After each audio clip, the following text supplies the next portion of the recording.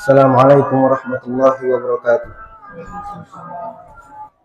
Innal hamdalillah nahmaduhu wa nasta'inuhu wa nastaghfiruhu wa nastahdihi wa na'udzu billahi min syururi anfusina wa min sayyiati a'malina. Man yahdihillahu fala mudilla lahu wa man yudlil falan tajida lahu waliyyan mursyida.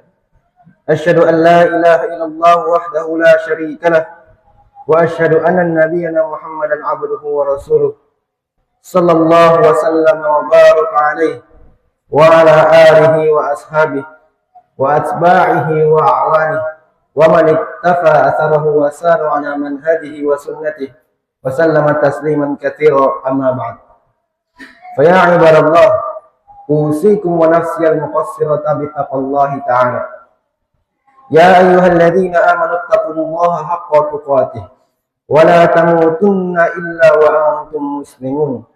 Wa qala ta'ala, ya ayyuhalladzina amanu taqullaha wa qulu qawlan sadida yuslih lakum a'malakum wa yaghfir lakum dhunubakum wa may yuti'illaha wa rasulahu faqad faza fawzan 'azima.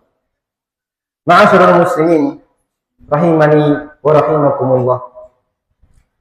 Apapun kesibukan kita di muka bumi ini, kegiatan apapun yang menyibukkan kita di dunia ini, maka jangan sampai kita lupa dan lalai akan satu tujuan yang sangat agung kepada Allah Subhanahu wa Ta'ala.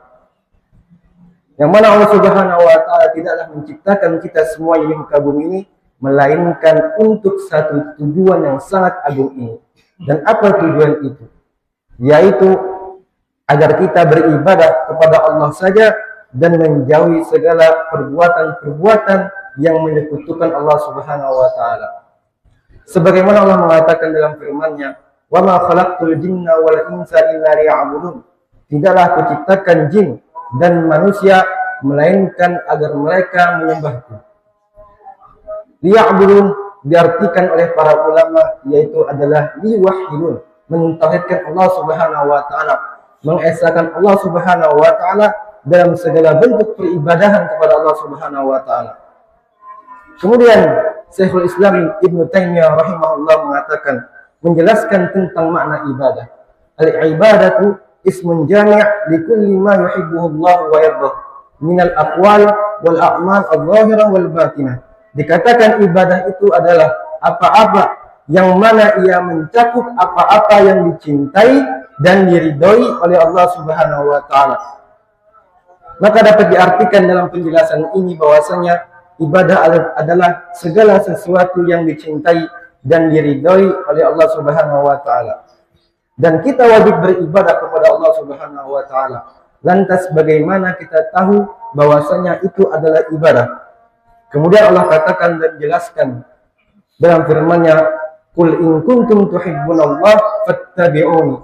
Katakanlah, jika kalian benar-benar mencintai Allah, maka ikutilah aku, yaitu mengikuti Rasulullah SAW. Jemaah sekalian yang dirahmati oleh Allah Subhanahu wa Ta'ala. Di zaman yang mana kita hidup sekarang ini, di zaman yang semakin dekat dengan hari akhir ini, kita dapat menyaksikan suatu realita yang sangat memprihatinkan, yaitu banyaknya orang yang mengaku beragama Islam akan tetapi tidak memahami hakikat agama yang dimilikinya, tidak mengerti akan agama yang dianutnya. Bahkan tidak sedikit dari mereka, tingkah laku mereka, keseharian mereka sangatlah jauh dari nilai-nilai Islam itu sendiri. Dan akibatnya mereka mulai meremehkan, menyia-nyiakan ibadah dan perintah kepada Allah Subhanahu wa Ta'ala. Dan salah satu bentuk kelalaian yang paling nyata adalah yaitu banyaknya kaum muslimin mulai meremehkan ibadah sholat kepada Allah Subhanahu wa Ta'ala, dan bahkan tidak sedikit dari mereka meninggalkan ibadah sholat itu dengan sengaja, bahkan terang-terangan. Padahal di dalam Islam ibadah sholat memiliki kedudukan yang tidak bisa ditandingi dengan ibadah-ibadah lainnya, mana keistimewaan ini telah tergambar dalam peristiwa Isra Mi'rajnya Nabi kita Muhammad SAW ketika menerima wahyu tentang perintah sholat, yang mana Allah Subhanahu wa Ta'ala langsung memerintahkan ibadah sholat kepada Nabi kita Muhammad SAW tanpa perantara. Karenanya lah Dan ini menunjukkan bahwasanya sholat memiliki kedudukan yang sangat tinggi. Karena dia satu-satunya ibadah yang langsung Allah perintahkan kepada Nabi kita Muhammad SAW tanpa perantara. Dan ini juga menunjukkan bahwasanya ibadah sholat itu sangatlah agung. Karena keagungannya, ia merupakan tiang agama, yang mana agama ini tidak akan bisa tegak, melainkan harus menegakkan ibadah sholat itu sendiri. Sebagaimana sabda Rasulullah SAW mengatakan, Rasul amrul Islam wa amuduhu sholat wa dirwatu sanamihi al-jihadu fi sabilillah. Pokok agama itu adalah Islam, dan tiangnya untuk menegakkan Islam itu adalah sholat. Wa dirwatu sanami al-jihadu fi sabilillah, dan puncaknya nanti jihad di jalan Allah Subhanahu wa taala. Jemaah sekalian yang dirahmati oleh Allah Subhanahu wa taala, salat merupakan ibadah yang pertama kali diwajibkan oleh Allah Subhanahu wa taala setelah ikhlas dan tauhid.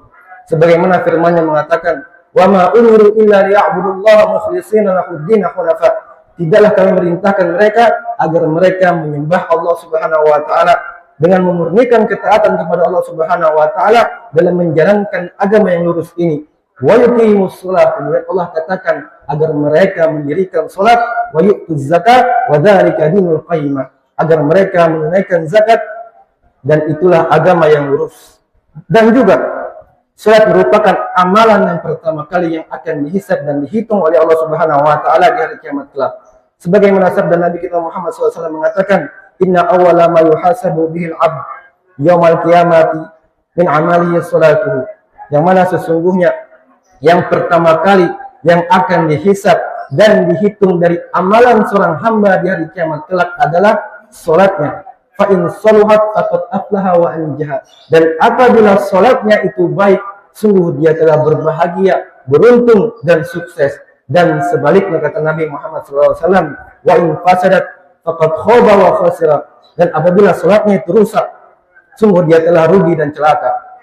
Dan juga salat merupakan wasiat terakhir Nabi kita Muhammad SAW, yang mana ini disampaikan oleh Ummu Salamah. Beliau mengatakan, maka orang yang meninggalkan salat atau meremehkan salat, maka dia akan mendapatkan ancaman yang sangat berat di dalam Islam.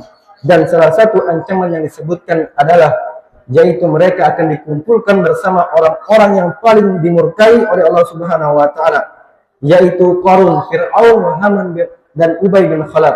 Yang mana ini berlandaskan hadis Nabi kita Muhammad SAW.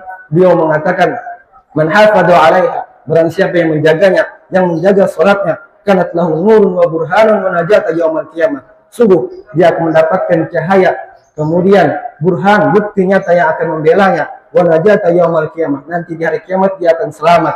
Dan sebaliknya, wa man lam yuhafid 'alaiha, dan barang siapa yang tidak menjaga salatnya, lam yakun lahu nurun, maka tidak ada baginya itu cahaya, wala burhanu wala najata yaumil qiyamah, dan tidak ada baginya penolong atau bukti yang dapat membelanya, dan tidak ada baginya nanti di hari kiamat itu keselamatan. Wa kana yaumil qiyamati ma'a Qarun wa Fir'aun wa Haman wa Ubay bin Khalaf, nanti di hari kiamat dia akan dikumpulkan bersama Qarun, Fir'aun, wa Haman wa Ubay bin Khalaf, yang mana mereka merupakan manusia yang dimurkai oleh Allah Subhanahu wa taala. Yang mana kita ketahui semua bahwasanya Qarun merupakan manusia yang tamak dan rakus akan harta duniawi, dan juga Fir'aun merupakan raja yang sombong, mengaku dirinya sebagai Tuhan. Haman salah satu pejabat tinggi Fir'aun, yang mana dia gunakan kedudukannya, jabatannya untuk kebatilan. Dan terakhir, Ubay bin Khalaf, salah satu pemimpin tinggi Quraisy, yang mana sangat membenci Rasulullah SAW. Maka barang siapa yang meninggalkan salat dikarenakan kesibukannya terhadap dunia, kemudian dia lupa taat kepada Allah Subhanahu wa taala, atau tidak butuh kepada Allah Subhanahu wa taala, atau dia sombong dan acuh kepada Allah Subhanahu wa taala, maka dia akan dikumpulkan bersama manusia yang paling buruk. Jamaah sekalian dirahmati oleh Allah Subhanahu wa taala, dalil ataupun hadis sebelumnya merupakan peringatan yang sangat keras bagi kita semua, bahwasanya salat bukan perkara yang kecil, bukan suatu dosa yang kecil, melainkan dosa yang sangat besar, yang mana Rasulullah SAW menempatkan orang yang meninggalkan sholat sejajar dengan para tokoh yang dimurkai oleh Allah Subhanahu wa taala. Dan mengapa bisa kemudian? Karena orang yang meninggalkan sholat memiliki jiwa dan hati yang congkak, yang sombong dan angkuh, yang mana dia lebih mementingkan dunianya daripada akhiratnya. Dan orang yang meninggalkan sholat bukan hanya sekedar meninggalkan gerakan, akan tetapi memutus koneksi hubungan kepada Allah Subhanahu wa taala, zat yang menciptakan kita semua. Maka dalam firman Allah Subhanahu wa taala mengatakan, "Fawailul lil musallin alladziina hum 'an sholatihim sahun." Maka celakalah orang yang sholat, artinya lalai dari sholatnya. Ayat ini tidak berbicara tentang orang yang meninggalkan sholat, akan tetapi berbicara orang yang sholat namun lalai di dalam sholatnya. Bayangkan, orang yang lalai saja diancam celaka oleh Allah Subhanahu wa taala, apalagi orang yang meninggalkan sholat atau tidak sholat sama sekali. Di dalam surat Al-Mudaththir Allah menjelaskan atau menceritakan tentang percakapan para penghuni neraka. Mereka mengatakan, "Ma salakakum fi saqar?" Apa yang menyebabkan kalian masuk ke dalam neraka Saqar? Qalu lam nakum minal musallin. Kami dahulu tidak melaksanakan ibadah salat. Bayangkan jemaah sekalian, masuk ke dalam neraka Saqar disebabkan suatu perkara, yaitu tidak melaksanakan salat. Jemaah sekalian dirahmati oleh Allah Subhanahu wa taala. Dari sebelumnya merupakan peringatan yang amat tegas bagi kita semua agar kita tidak meremehkan ibadah salat, apalagi meninggalkannya atau menjadikan ibadah salat sebagai kebiasaan bukan kewajiban bagi dirinya. Dan ketahuilah bahwasanya salat merupakan salah satu bentuk hubungan langsung antara hamba dan Rabb-Nya. Dan apabila salat ditinggalkan, sejatinya yang ditinggalkan adalah komunikasi, koneksi kepada Allah Subhanahu wa taala. Dan ini bentuk pengabaian terhadap Allah Subhanahu wa taala, yang mana ini merupakan fondasi dasar dalam Islam, yaitu menjalin hubungan, mendekatkan diri kepada Allah Subhanahu wa taala. Maka dari itu, sebelum ajal menjemput dan sebelum kesempatan itu tertutup, maka perbaikilah ibadah salat kita, perbaikilah waktunya, perbaikilah kekhusyuan kita di dalam salat, dan perbaikilah kesungguhan kita dalam menjaga ibadah salat tersebut. Dan kemudian semoga Allah Subhanahu wa taala menjadikan kita termasuk hamba-hambanya yang menegakkan salat, mencintai salat, dan menjadikan salat sebagai penyejuk hati kita dan penolong hidup kita. Barakallahu li wa lakum fil Qur'anil azim wa nafa'ani wa iyyakum bima fihi minal ayati wa dzikril hakim. Aqulu qouli hadza astaghfirullah al-azim al-jalil wa lakum wa li sa'iril muslimina min kulli dhanbin fastaghfiruhu innahu huwal ghafurur rahim. Alhamdulillah, alhamdulillahilladzi khalaqa fasawwa wa qaddara fahada, qassama al-arzaqa fa as'ada wa ashqa wa ja'ala al-akhirata khairan wa abqa. Wassalatu wassalamu ala nabiyil mustafa wal habibil mujtaba nabiyina Muhammadin sallallahu alaihi wa ala alihi wa sahbihi ajma'in, amma ba'd. Ma'asyiral muslimin yang dirahmati oleh Allah Subhanahu wa taala, marilah kita senantiasa meningkatkan ketakwaan kita kepada Allah Subhanahu wa taala dengan sebenar-benarnya takwa. Takwa yang terwujud dalam ketaatan kepada perintah Allah Subhanahu wa taala dan menjauhi larangannya. Dan di antara bentuk ketakwaan yang paling utama adalah menjaga salat 5 waktu. Menjaga salat bukan hanya sekedar mengerjakan salat, akan tetapi menjaganya dengan benar, yaitu tepat waktunya, khusyuk di dalam pelaksanaan ibadah salat, dan yang pasti sesuai dengan tuntunan Nabi kita Muhammad SAW. Jemaah sekalian yang dirahmati oleh Allah Subhanahu wa taala, dunia dengan segala kesibukannya seringkali melalaikan kita. Pekerjaan, usaha, urusan keluarga kerap sekali dijadikan alasan untuk menunda dan meninggalkan salat. Padahal justru salatlah yang menjadi penolong hidup kita dalam menghadapi beratnya kehidupan di dunia ini. Sebagaimana firman Allah mengatakan, wasta'inu bis sabri was shalah, minta tolonglah atau mintalah pertolongan dengan sabar dan salat.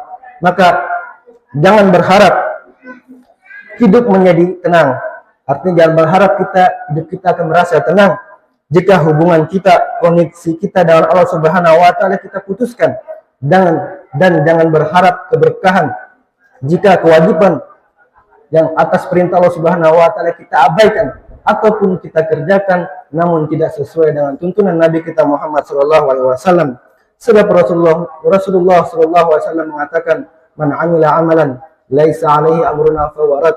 Barang siapa yang mengamalkan suatu amalan yang tidak ada perintahnya atas kami, maka amalan itu ditolak. Sallu wa sallimu rahimakumullah ala man amarakumullah bis salati wassalamu haitsu qala 'azza min qail, innallaha wa malaikatahu yusalluna 'alan nabi ya ayyuhalladzina amanu sallu 'alaihi wa sallimu taslima. Allahumma salli wa sallim wa jid wa barik ala nabiyyika Muhammad wardallahu 'anil sahabati ajma'in وعلى من سار على نهجهم إلى يوم الدين. اللهم أعز الإسلام والمسلمين، اللهم أعز الإسلام والمسلمين، اللهم انصر إخواننا المستضعفين في كل مكان.